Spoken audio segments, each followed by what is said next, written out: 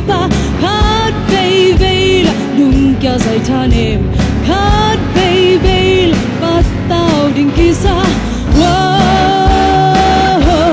lung quang dấu lâu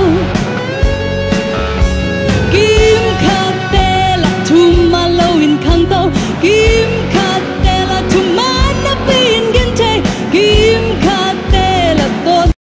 mel đình thế lo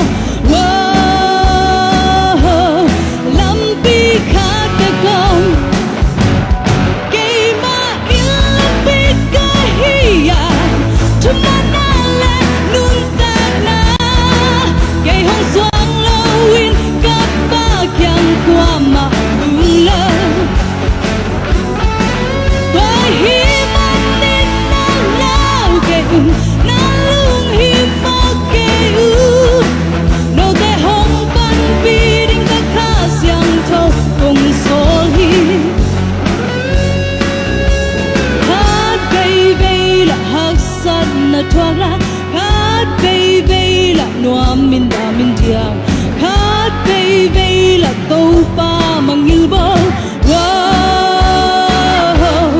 lắm bi khát bé con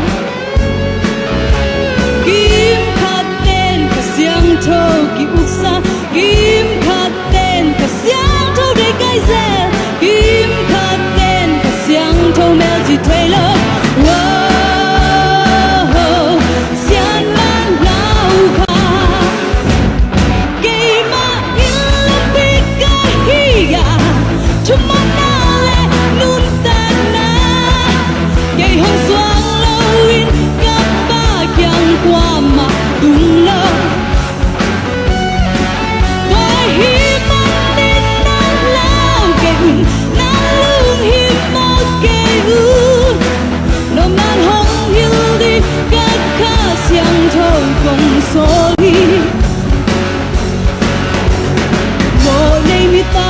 xóa tăng là làm pi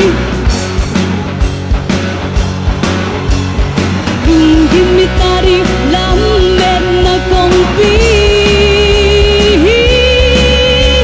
lúc mà sẽ không bao giờ lo thì sao mai đã giấc cháy